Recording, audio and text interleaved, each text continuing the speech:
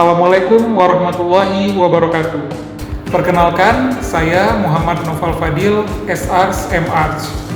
Saya adalah dosen tetap program studi Desain Interior, jurusan Seni Rupa dan Desain, Institut Seni Budaya Indonesia Aceh.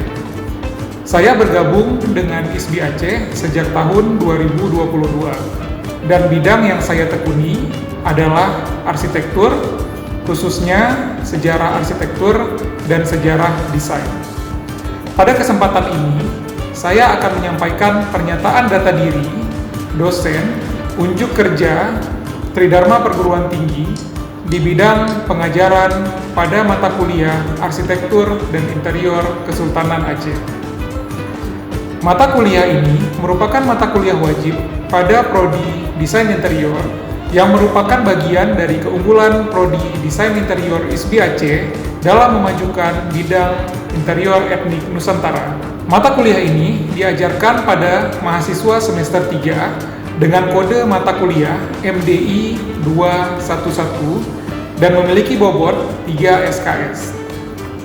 Penyelenggaraan mata kuliah ini adalah sejumlah 16 kali pertemuan tatap muka dengan rincian 14 kali pertemuan penyampaian materi dan 2 kali pertemuan adalah evaluasi yang terdiri dari ujian tengah semester dan ujian akhir semester. Mata kuliah ini merupakan survei perkembangan arsitektur dan interior masa Kesultanan Aceh sejak Kesultanan Pasai hingga peninggalan masa kini. Mata kuliah ini dibuka dengan penelusuran sejarah kebudayaan kerajaan pra-Islam dan juga Islam sebagai akar kebudayaan Kesultanan Aceh. Selanjutnya, mahasiswa diajak untuk mendalami sumber-sumber sejarah arsitektur dan interior, baik literatur lokal, kitab dan hikayat, literatur asing, baik itu catatan penjelajah dan juga peta asing, serta artefak sejarah seperti bangunan cagar budaya dan makam untuk memperoleh ide arsitektur dan interior Kesultanan Aceh, terutama di abad-abad kejayaan. Mata kuliah ini selanjutnya membahas studi kasus arsitektur dan interior Kesultanan pada masa dan wilayah yang berbeda-beda hingga saat ini. Adapun CPL dan mata kuliah ini meliputi CPL 1 mampu menunjukkan perilaku profesional yang berlandaskan etika, tanggung jawab, nilai religius, serta mengorganisir nilai budaya lokal sebagai dasar dalam implementasi ilmu pengetahuan, teknologi, kewirausahaan, seni, dan desain. CPL 2 mampu merangkum prinsip desain, sejarah, konstruksi, utilitas, serta menerapkan teknologi dalam mengimplementasikan solusi desain interior yang fungsional, ergonomis, estetis, dan berkelanjutan. Adapun capaian pembelajaran mata kuliah pada MK ini adalah 1. Mahasiswa memahami konteks dan sejarah desain arsitektural dan interior pada masa Kesultanan Aceh. 2. Mahasiswa mampu mendeskripsikan sejarah, arsitektur, dan interior Kesultanan Aceh dari masa ke masa. Referensi pada mata kuliah ini bersumber dari buku, artikel jurnal yang bereputasi nasional maupun internasional, serta sumber-sumber online yang bereputasi. Metode pembelajaran pada mata kuliah ini meliputi ceramah, diskusi, berbasis kasus, dan juga atau juga case method, serta discovery learning. Penilaian mahasiswa dalam mata kuliah Arsitektur dan Interior Kesultanan meliputi yang pertama, aktivitas partisipatif atau case method sejumlah 50%, tes pertemuan atau kuis sejumlah 5%, tugas kuliah sejumlah 5%, ujian tengah semester sejumlah 15%, dan ujian akhir semester sejumlah 25%. Berikut adalah video proses pembelajaran pada mata kuliah Arsitektur dan Interior Kesultanan Aceh pada pertemuan ketiga dengan materi Sejarah Arsitektur dan Perkotaan Aceh abad ke-17 dan Tipologi Arsitektur dan Perkotaan Aceh abad ke-17. Baik, bismillahirrahmanirrahim. Assalamualaikum warahmatullahi wabarakatuh. Waalaikumsalam warahmatullahi wabarakatuh. Ya, alhamdulillah kita hari ini bertemu lagi di mata kuliah Arsitektur dan Interior Kesultanan Aceh, dan ini yang pertemuan ketiga ya. Sebelum kita masuk ke mata kuliah hari ini, saya mungkin absen dulu ya untuk kehadiran hari ini. Baik, saya absen kehadirannya. Yang pertama Rahmi, oke. Nurul Hidayah Rizky Amanda, Askiatul Aska, oke. Ashifa Ramadhani, oke. Furkan sakit ya informasinya. Nazwa Faradiba, oke. Damai Kupinte, Muhammad Rafid izin, Septia Rahmi Anwar, baik ya. Ini sekitar 70% hadir, dan ini kita menggunakan dari Siakat Cloud ya untuk absensi pada hari ini. Baik ya, sebelum kita memulai kelas kita hari ini, marilah kita berdoa menurut kepercayaan dan agama masing-masing. Berdoa dipersilahkan.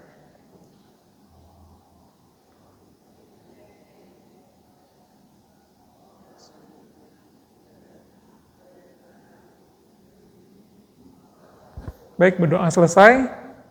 Ya, apa kabar semuanya? Baik ya, alhamdulillah ya. Nah, kita hari ini masuk ke pertemuan ketiga, yang mana kita akan membahas tentang sejarah arsitektur dan perkotaan Aceh abad ke-17 ya. Karena kita untuk mengetahui arsitektur dan interior Kesultanan Aceh itu kita perlu tahu juga bagaimana sejarah pada abad ke-17-nya ya.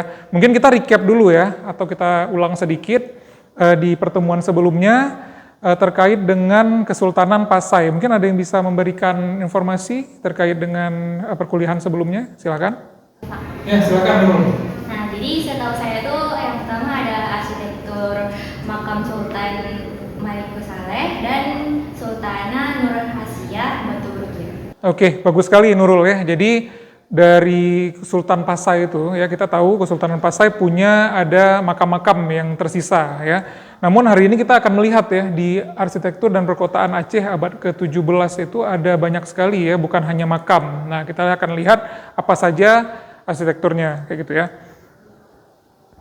Nah, ketika kita ingin mempelajari tentang sejarah ya, yang kita pelajari pertama sekali adalah kita harus melihat sumbernya dari mana ya. Nah, ada beberapa sumber. Yang pertama kita harus mencari sumber lisan atau tulisan, yang ini namanya sumber primer ya, sumber yang dari utama sekali kayak gitu. Nah, ada beberapa sumber. Yang pertama yaitu catatan penjelajah ya. Jadi orang-orang yang memang datang langsung ke Aceh saat itu, mereka bisa melihat seperti misalnya Agustin de Beliau, dia bisa lihat langsung seperti apa yang ada di sana. Kemudian juga bisa kita lihat misalnya kayak Utoh ya. Utoh ini adalah arsiteknya Rumah Aceh. Nah, ini contohnya adalah Utoh Din. Nah, bagaimana Utoh Din ini juga yang sudah sangat berpengalaman membuat Rumah Aceh, yang sampai kita bisa mendapatkan informasi juga dari Utoh ini ya, langsung dari yang membuatnya. Kemudian yang ketiga adalah sejarawan ya, misalnya almarhum Anthony Reid. Nah, Anthony Reid ini juga sudah banyak sekali kajian-kajiannya yang berkaitan dengan Aceh ya. Salah satunya adalah arsitektur maupun interior yang bisa kita dapatkan di dalam buku-buku beliau seperti itu. Nah, kita juga bisa mencari dari bukti sejarah ya. Bukti sejarah ada dua ya. Misalnya di sini kita bisa melihat ada artefak.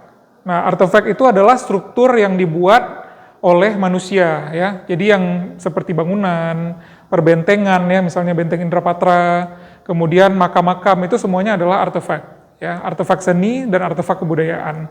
Sedangkan yang kedua adalah arsip ya. Jadi yang jenis kedua adalah arsip, ini yang seperti misalnya fotografi, kemudian video misalnya yang ketika sudah ada video, atau tulisan-tulisan lama, sketsa ya. Contohnya misalnya ada fotografi lama Rumah Aceh yang asli. Bentuknya seperti apa, ini di Ulele ya, tahun 1892. Ya, walaupun di abad ke-17 kita nggak bisa ketemu yang mana si fotografi belum ada kayak gitu kan. Jadi kalau misalnya kita lihat 1892 mungkin masih ada nih bekas-bekas yang dari abad ke-17 yang masih ada di abad ke-19 itu ya. Kemudian yang terakhir misalnya sketsa ya. Ini ada sketsa dari abad ke-17 misalnya dari Peter Mundi ya. Tahun 1637 dia ke Aceh, dia buat sketsa yang sangat jelas sekali sehingga kita bisa tahu ya bentuk-bentuk arsitektur yang misalnya seperti ini ya. ya, yang seperti ini. Ya, ada panggung seperti ini kita nggak pernah lihat lagi, ya, sehingga dengan adanya panggung seperti ini kita bisa tahu, oh ternyata ada panggung atau ada masjid yang sangat indah ya, yang saat itu kita tidak bisa lihat lagi sekarang, seperti itu. Nah, ada yang namanya juga sumber sekunder. Kalau tadi ada yang primer, ada yang namanya sekunder juga sumbernya. Kenapa dia menjadi sumber sekunder? Karena dia mengutip sumber primer. Jadi bukan lagi orang yang pertama sekali ngomongin soal itu, kayak gitu ya. Jadi ini merupakan sumber-sumber sekunder ya. Ada beberapa buku yang bisa menjadi sumber sekunder, terutama yang berkaitan dengan historiografi. Ya, contohnya misalnya sejarah arsitektur, ya, Indonesia Heritage Series, Kerajaan Aceh. Nah, ini ada panggung sejarah. Yang terakhir ada Ragam Citra Kota Banda Aceh. Ya, mungkin ada yang pernah membaca buku-buku ini? Ya, silakan Mas Bro. Saya pernah membaca buku yang judulnya Ragam Citra Kota, Pak. Jadi itu berisi tentang ragam hias, pola perkotaan, dan arsitektur yang berada di Banda Aceh. Kalau tidak salah ditulis oleh Pak Kamal Arif. Oke, 100 untuk Nazwa ya. Jadi buku seperti misalnya Ragam Citra Kota ini ya, di dalamnya banyak sekali gambaran-gambaran bagaimana arsitektur maupun interior yang ada di abad ke-17. Tentunya dari sumber ini dia langsung mengutip ya, misalnya ada sketsa dari Peter Mundi, kemudian ada gambar-gambar yang memang dari masa lalu gitu ya, atau tulisan-tulisan dari masa lalu. Buku ini mengutip sehingga dia menjadi sumber sekunder, seperti itu. Nah, kita juga diuntungkan ada banyak sekali sumber-sumber internet. Ya, nggak mesti kita harus datang jauh-jauh ke KITLV. KITLV-nya langsung membagikan sumber-sumber ini secara gratisan ya. Kita langsung bisa mendapatkan foto-foto tadi, video, ya, kemudian sketsa-sketsa tadi kita bisa dapatkan dari 3 sumber besar ini. Ya, apa saja? Tropenmuseum, KITLV langsung dari Leiden, kemudian National Archive NL. Dan juga alhamdulillah ya, karena Aceh kemarin itu setelah terkena bencana ada bantuan dari pemerintah Belanda, kita dibuatkan khusus di bagian KITLV ada acehbooks.org. Ya, fungsinya adalah naskah-naskah Aceh yang ada di Belanda, yang ada dulu itu dimasukkan semuanya di scan ya, sehingga orang-orang di Aceh atau peneliti-peneliti di seluruh dunia itu bisa melihat bagaimana buku-buku tentang Aceh tersebut. Ya, jadi menarik sekali ya, kita bisa mengeksplor, dan saya juga mengharapkan kelas ini banyak untuk membuka sumber-sumber ini ya, karena sumber ini gratis dan kita bisa mendapatkan banyak manfaat dari sana. Nah, jika kita belajar terkait dengan sejarah arsitektur maupun perkotaan dan juga interior pada abad ke-17 ya, kita akan ngomongin terkait dengan tipologi ya. Jadi tipologi perkotaan dan arsitektur Aceh di abad ke-17 ini ada 6 ya. Kalau misalnya saya bisa membagikan ada 6 buah. Yang pertama yaitu perbentengan ya, jelas ada banyak sekali benteng-benteng yang dibangun. Kemudian yang kedua ada masjid ya, banyak sekali masjid. Dan yang ketiga yang sudah kita tidak bisa jumpai lagi yaitu istana atau dalam. Kemudian yang keempat ada taman ya. Taman yang mungkin kalian sebagian besar sudah mengunjunginya, sisa-sisanya gitu kan. Kemudian yang kelima ada kandang atau kuburan raja, ini juga jarang sekali ditemukan sekarang. Dan yang terakhir adalah rumah-rumah bangsawan dan masyarakat-masyarakat secara umum. Ya, jadi ada 6 hal yang bisa ditemukan dari arsip-arsip jika kita cari. Kita beralih ke yang pertama. Ya, yang pertama adalah perbentengan. Ya. Kalau kita lihat perbentengan itu ada banyak sekali benteng-benteng yang ada di gambar. Ya. Misalnya gambar ini tahun 1874, ya, bukan di abad ke-17. Cuman kalau misalnya kita lihat ada tulisan dari abad ke-17 dari William Dampier, ya, seorang Inggris yang datang ke Aceh, dia bilang kota Aceh itu tidak dikelilingi benteng. Nah, mungkin bertanya-tanya kenapa kota Aceh tidak dikelilingi benteng, tapi bentengnya ada besar-besar, kayak gitu ya. Tapi kalau kita lihat-lihat lagi, ya arsip ternyata karena bentengnya itu seperti gundukan tanah. Ya, orang Eropa yang dulunya datang ke Aceh, dia biasanya lihat benteng terbuat dari batu, beton besar gitu kan. Saat ke Aceh, bentukannya adalah seperti tanah gundukan seperti ini. Ya. Jadi mereka tidak tahu kalau itu adalah benteng. Ya. Jadi bentengnya seperti tertutup dengan rumput-rumput hijau, semak-semak belukar, seperti itu. Ya. Dan kalau misalnya kita melihat di akhir-akhir abad ke-19, ketika sudah banyak sekali Aceh diserang oleh Belanda, ya, itu benteng-benteng banyak sekali muncul, ya. Misalnya seperti ini, ya. Ini adalah dalam atau istana kerajaan yang dikelilingi oleh benteng dan parit keliling. Ya. Kenapa benteng muncul, gitu kan? Karena pada abad itu Aceh sudah banyak sekali udah banyak sekali diserang, ya. Misalnya kayak Belanda menyerang, kemudian Portugis juga menyerang, Inggris juga seperti itu. Jadi Aceh merasa harus dibentengi, ya. Jadi ini adalah perbentengan. Nah, kita lihat lagi bukti-bukti yang lain, yaitu pada tahun 1567 sampai 1568, ya, itu ada kiriman dari Chinggis Khan, ya, seorang raja dari India. Dia memberikan meriam dan juga amunisi ke Aceh. Dan juga ada yang paling menarik lagi adalah dia juga mengirimkan tenaga-tenaga terampil untuk membangun perbentengan. Sehingga di abad ke-17, ya, setelah abad ke-16 dikirimkan tukang-tukang terampil tadi, pasti ada bangunan-bangunan benteng di Aceh, ya. Dan itu memang dibuktikan dari gambar-gambar, ya, seperti misalnya ini sebuah peta dari abad ke-16 menggambarkan ada benteng yang besar sekali di Aceh, seperti itu. Dan ada satu bukti juga bahwa Aceh ini sebenarnya tidak perlu benteng yang besar, ya.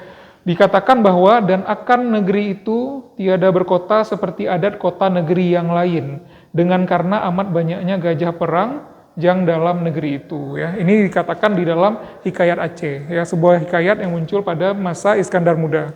Nah, karena banyak sekali gajah-gajah perang, Aceh merasa aman, ya, tanpa ada benteng, karena memang dianggap itu merupakan benteng natural, ya, benteng alami. Nah, selanjutnya adalah masjid, ya. Ini yang kedua, tipologi kedua. Ada satu sketsa yang sangat panjang, ini saya masukkan di sini.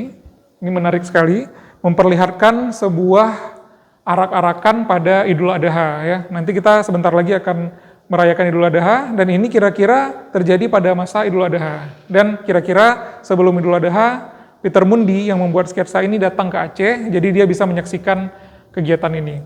Nah, yang menarik adalah dia membuat gambar Masjid Raya Baitur Rahman saat abad ke-17, 1637, ya. Ternyata modelnya adalah bertingkat-tingkat atapnya, ya. Ada 1, 2, 3, 4 tingkat atapnya. Nah, kalau kita lihat di sini ada kata-kata dari William Dampier, ya, yang Inggris yang datang di 1688. Nah, itu kira-kira sekitar 50 tahun dari kedatangannya si Peter Mundi. Dia katakan hampir semua masjid di Aceh ini denahnya persegi, ya. Jadi bukan bulat, bukan bundar, gitu kan, persegi. Nah, kemudian atapnya tingkat-tingkat. Ya, jadi yang memang bentuknya seperti atap tingkat itu adalah masjid, ya gitu. Tapi tidak tinggi dan tidak terlalu luas. Jadi memang mungkin bentuknya itu agak sedikit sempit, ya. Kemudian dia juga agak sedikit pendek, gitu bangunannya, kayak gitu. Nah, dan dikatakan oleh sejarawan Anthony Reid maupun juga Lombard, dikatakan struktur atap bertingkat di dalam gambar lama itu pasti masjid, dikatakan, ya. Jadi model yang seperti ini adalah masjid. Dan ada satu yang lebih tua lagi, yaitu John Davis dan juga William Dampier. Dikatakan bahwa kota Aceh ini bukan punya cuma satu masjid seperti kota-kota yang lain, ya, tapi ada banyak sekali masjid yang ada di dalamnya, kayak gitu. Jadi ini merupakan ciri khas dari Masjid Aceh di abad ke-17. Nah, selanjutnya kita bisa lihat juga masjid-masjid ini saking banyaknya tidak hanya ada di pusat kesultanan, ya. Kalau kita lihat peta abad ke-17, ada di luar pusat kesultanan sedikit, ada namanya Masjid Pedagang Internasional, ya, atau Temple van Aldeviten, ya. Nah, itu merupakan masjid-masjid tempat orang-orang internasional berkumpul. Ada lagi satu masjid yang milik sebuah kampung, ya, atau sebuah desa di sekitaran desa Barat Laut, ya, itu di dekat pesisir sana. Nah, kemudian juga ada satu foto lagi yang memperlihatkan ini satu masjid di daerah Lambadeg, ya. Jadi ini memang jauh sekali dari pusat kota, ya. Jadi ternyata masjid ini banyak sekali dan atapnya tingkat-tingkat. Kalau kita perhatikan ada yang tingkat 3, ada yang tingkat 3, ada yang tingkat 2, ya. Ini menggambarkan bahwa masjid tersebut adalah masjid yang penting. Kalau misalnya makin banyak tingkatan-tingkatannya, ya. Tadi kita ingat juga Masjid Raya Baitur Rahman ada 4 tingkatannya, ya. Tanpa kemuncaknya dia tingkatnya 5.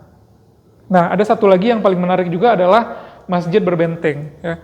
Nah, mungkin ada yang bertanya-tanya juga, ya, kenapa masjid ini harus dibentengi, ya.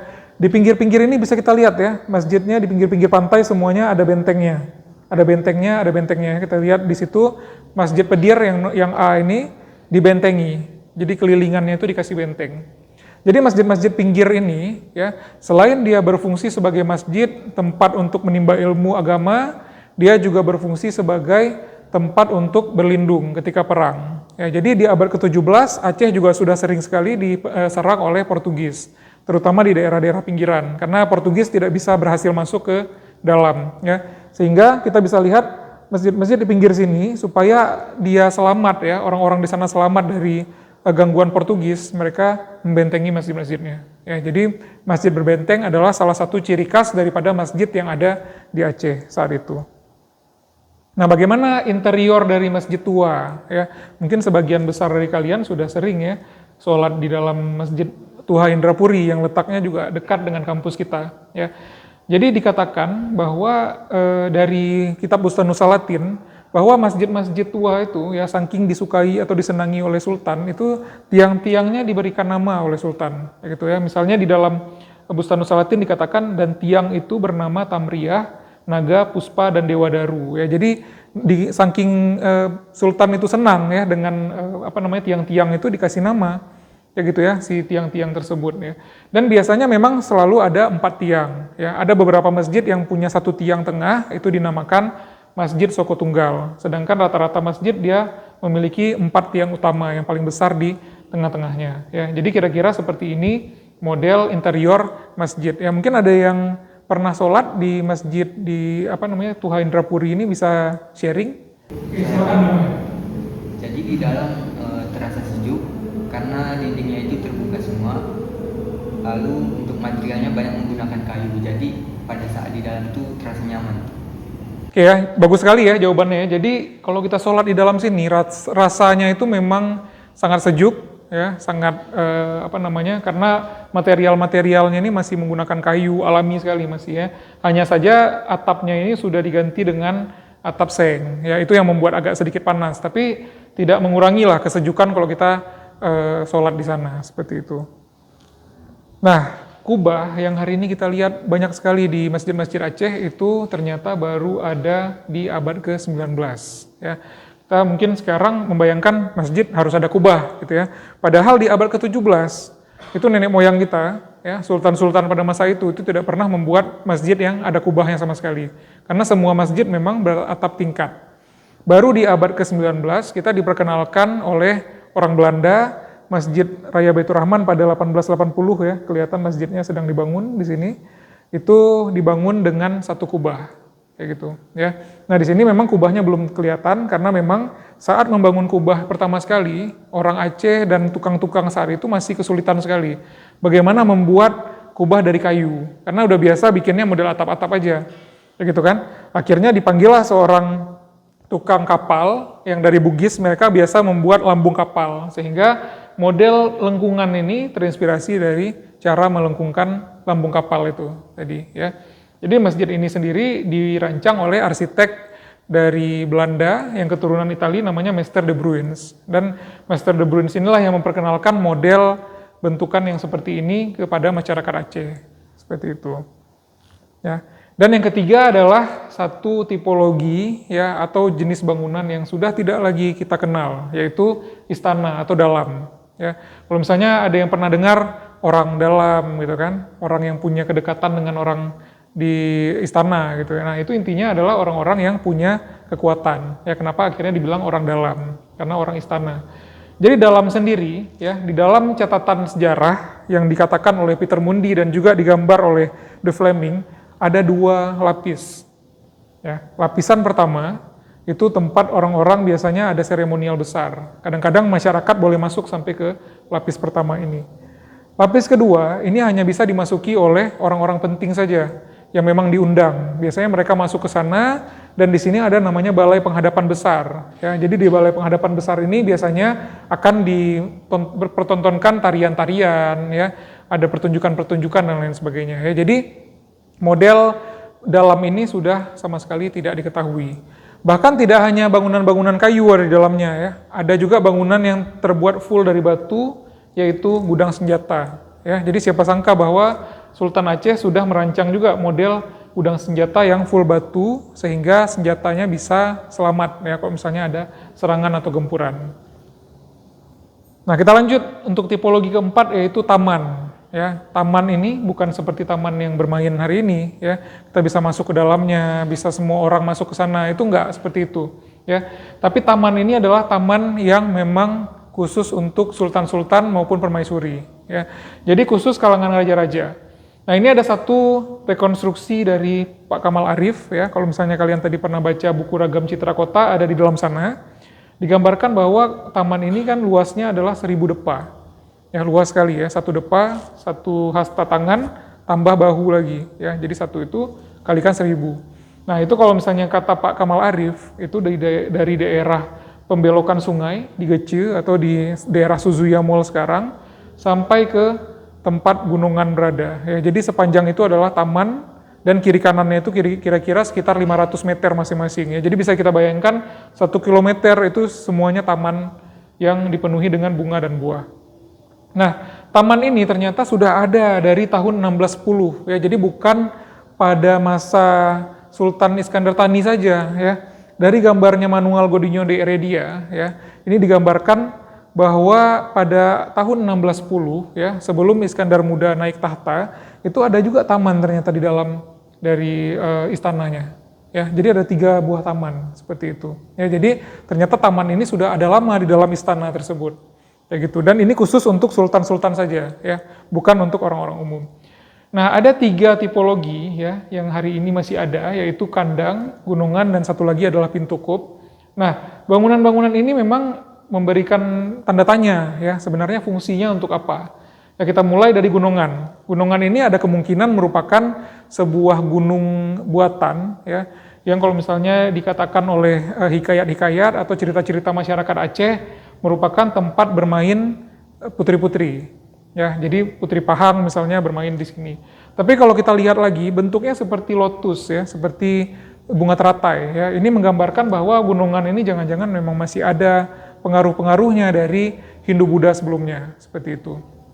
Dan kalau kita lihat lagi, kandang atau kuburan raja di sebelahnya. Nah, ini merupakan kuburan yang dianggap sebagai kuburan Sultan Iskandar Thani. Nah, ini di sebuah gambar dari 1874 menggambarkan bahwa kandang yang seperti ini tidak hanya satu, ternyata ada banyak. Ya, ada kemungkinan memang dihancurkan oleh pihak Belanda supaya dia tidak dijadikan benteng pertahanan oleh masyarakat Aceh. Selanjutnya kita akan memulai kuis. Ya. Kuisnya hanya 5 pertanyaan dan ini juga berkisar tentang penjelasan-penjelasan saya hari ini. Silakan masing-masing dari kalian untuk men-scan barcode. Ya. Bagi yang tidak bisa men-scan barcode mungkin bisa menggunakan link di sana. Oke, silakan.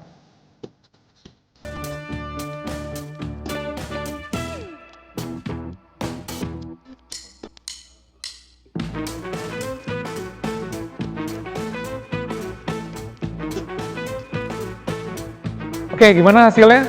Dapat 100 ya? Oke, alhamdulillah ya. Berarti materi hari ini berhasil ya. Kalian bisa menjawab diskusi tadi. Kemudian juga kuis masing-masing juga rata-rata saya lihat mendapatkan nilai 100 dan 80 ya. Ini merupakan kesuksesan dari materi hari ini. Dan saya harapkan kalian juga terus mengulang-ulang materi terkait dengan sejarah arsitektur maupun interior dan maupun juga perkotaan di abad ke-17. Mungkin itu saja yang dapat saya sampaikan hari ini. Mudah-mudahan kita semua dapat mendapatkan hasil yang baik ya nanti di UTS maupun UAS. Demikian, wabillahi taufiq wal hidayah. Wassalamualaikum warahmatullahi wabarakatuh. Waalaikumsalam warahmatullahi wabarakatuh. Demikian video proses pembelajaran pada mata kuliah Arsitektur dan Interior Kesultanan Aceh, Program Studi Desain Interior, Jurusan Seni Rupa dan Desain, Institut Seni Budaya Indonesia Aceh. Video ini digunakan sebagai salah satu syarat untuk penyusunan dokumen pernyataan diri dosen dalam unjuk kerja Tridharma Perguruan Tinggi atau PDD UKT-PT Sertifikasi Dosen tahun 2026. Semoga video ini dapat menjadi pertimbangan yang baik pada penilaian sertifikasi dosen tahun 2026. Wassalamualaikum warahmatullahi wabarakatuh.